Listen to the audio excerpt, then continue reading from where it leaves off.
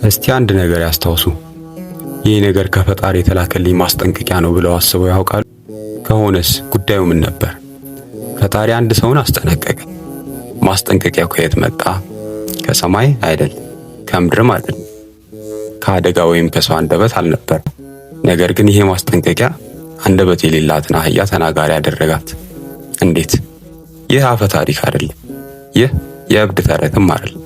ይህ እውነተኛ ታሪክ ነው። ከመጽሐፍ ቅዱስ የተወሰደ እውነተኛ ታሪክ ስለ ኃይል፣ ስለ ስግብግብነት፣ ስለ መንፈሳዊ እውርነት ሰዎች ቆም ብለው እንዲያስቡ የሚያደርግ አስደንጋጭ ታሪክ። በለዓም ተራሱ አልነበረም። ነቢይ እንደሆነ የሚታወቅ እግዚአብሔር የሚሰማው ሰው ነበረ። ቃሉ ኃያል፣ ነገስታት ይፈሩት ነበር፣ አሕዛብ ያከብሩት ነበር። ምክንያቱም በለዓም ማንንም ቢራገም ሰውየው የተረገመ ይሆናል። በለዓም ማንንም ቢባርክ ሰውየው የተባረከና መልካም ሁሉ የሚገጥመው ይሆናል። ራቅ ባለ ቦታ አንድ ታላቅ ንጉሥ ነበር።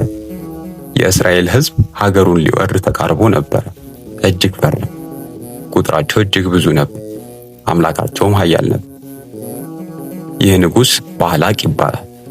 ባላቅ ሀገሩን ሊያድን የሚችልበት አንድ መላ ዘየደ። እየመጡ ያሉትን የእስራኤል ሕዝብ ረግሞ እንዲያስቀርለት ተሰነካክለውም እንዲቀሩ ወደ ባላቅ መልእክተኞችም ብር፣ ወርቅና ስጦታዎችን ይዘው በለዓም ጋር ደረሱ።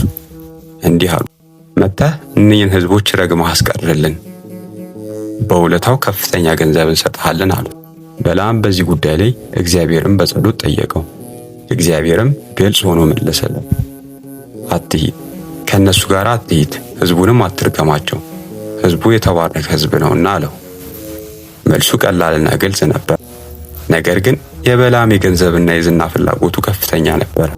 ተጨማሪ መልእክተኞች መጡ። ተጨማሪ ክብር፣ ተጨማሪ ገንዘብ፣ ተጨማሪ ዝና ቃል ገቡለት። በለዓም መሄድ ፈለገ። እግዚአብሔርም ፈቀደለት። ነገር ግን በማስጠንቀቂያ የምነግርህን ብቻ ተናገር አለው።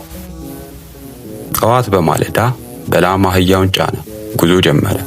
ደስ ብሎት ነበር፣ ሽልማቱን እያሰበ፣ መድረሻውን እያሰበ። ነገር ግን በጉዞ መካከል አንድ ፈታኝ ነገር ገጠመው። የእግዚአብሔር መልአክ ሰይፉን አውጥቶ በመንገዱ ቆሞ ነበር። ለበለዓም አይታየውም፣ አህያው ግን እያየችው ነበር። አህያዋ በፍርሃት ባለችበት ቆመች። መንገዷን ቀይራ ለመጓዝ ሞከረች። አሁንም መልአኩ ከፊቷ ቆመ። በለዓም እየተናደደ ነው። አህያዋን መታ። ከፊት የእግዚአብሔር መልአክ ሰይፍ ይዞ ቆሟል። ከኋላ በለዓም በዱላ እየደበደበ። መልአኩ በሰውየው ቁጣ ልክ እየቀረበ።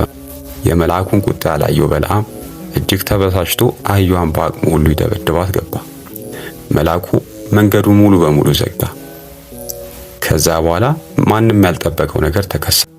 እግዚአብሔር የአህያዋን አፍ ከፈተ። እናም ተናገረች። ምን አድርጌ ያለው እነዚህን 3 ጊዜያት የምትደበድበኝ? ነጎድጓድ የለም፣ መብረቅም የለም፣ አህያ ብቻ። አህያዋ ተናገረች። በለዓምም መለሰ፣ እጅግ አናደሽኛል፣ ሰይፍ ቢኖረኝ እገልሽ ነበር አላት። አህያዋም መለሰች፣ እኔ እስከ ዛሬ ስሸከምልህ የኖርኩኝ አህያ አይደለሁምን? ከዚህ ቀደም እንዲሆኜ ባውቃለሁ ብላ ጠየቀችው። ከዚያ በኋላ እግዚአብሔር የበለዓምን ዓይን ከፈተ፣ ዓይነ ልቦናውም ተከፈተ። በለዓም መልአኩን አየ። የተሳለ ሰይፉን ወድሯል፣ መንገዱን ዘግቷል። መልአኩ እንዲህ አለ፣ አህያህን ለምን መታህ?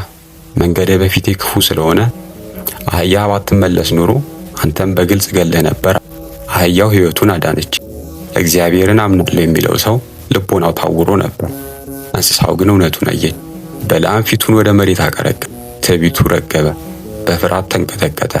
መልአኩም እንዲህ አለው፣ ሂድ፣ ነገር ግን የምነግርህን ብቻ ተናገር። በለዓም ጉዞውን ቀጠለ። ልቡ ንጹሕ ስለነበረ አይደለም፣ እግዚአብሔር ዳግመኛ ዕድል ስለሰጠው፣ እግዚአብሔር ስለፈቀደለት ነበረ። በንጉሥ ባላቅ ፊት ቆመ። 7 መሠዊያዎች ተሰዉ፣ 7 መስዋዕቶች ቀረቡ። ከባላቅም እርግማን ይጠበቅ ነበር። ባላቅ ከበለዓም እርግማን ይጠብቅ ነበረ። በለዓምም ተናገረ። ነገር ግን ከፍላጎቱ ይልቅ የበለጠ ኃይል ምላሱን ተቆጣጠረ። ከእርግማን ፋንታ ምርቃት፣ ከእርግማን ፋንታ በረከትን ሰጣቸው። እግዚአብሔር ያልረገመውን እኔ እንዴት እረግማለሁ? ጌታ ያልቀሰፈውን እኔ እንዴት እቀስፋለሁ? ባላቅ እጅግ ተቆጣ። ምን እያደረግክ ነው ብሎ ጮኸ። ጠላቶችን እንድትረግም ብጠራህ ትመርቃቸዋለህ አለው። እግዚአብሔር ሐሰትን የሚናገር ሰው አይደለም። ለመባረክ ትእዛዝ ተቀብያለሁ፣ እርሱ ባረከ፣ እኔም ልቀይረው አልችልም። ባላቅ 3 ጊዜ ሞከረ፣ በላምም 3 ጊዜ ባረከ። የእግዚአብሔር ፈቃድ ሊለወጥ አይቻልምና ይህ ታሪክ የአህያ ታሪክ አይደለም። ምናልባት ስለኛ ይሆናል። እግዚአብሔር ስንት ጊዜ አስጠንቅቆን ይሆን? በምልክቶች፣ በሰዎች፣ በእንቅፋቶች። እኛ ግን ማስጠንቀቂያውን ተቀብለን ይሆን? ስንት ጊዜ ለገንዘብ፣ ለትዕቢት፣ ለምኞት አደጋ ፊታችን ላይ ሲቆም፣ አንዳንድ ጊዜ እግዚአብሔር ባልጠበቅነው ድምፅ ይናገራል። አንዳንድ ጊዜ የምንጠራው ነገር እኛን የሚያድነን ነገር ይሆናል። ይህንን እናስታውስ። እግዚአብሔር የአህያን አፍ መክፈት ከቻለ ማንኛውም ሰው ወይም ማንኛውም ነገር መናገር ይችላል።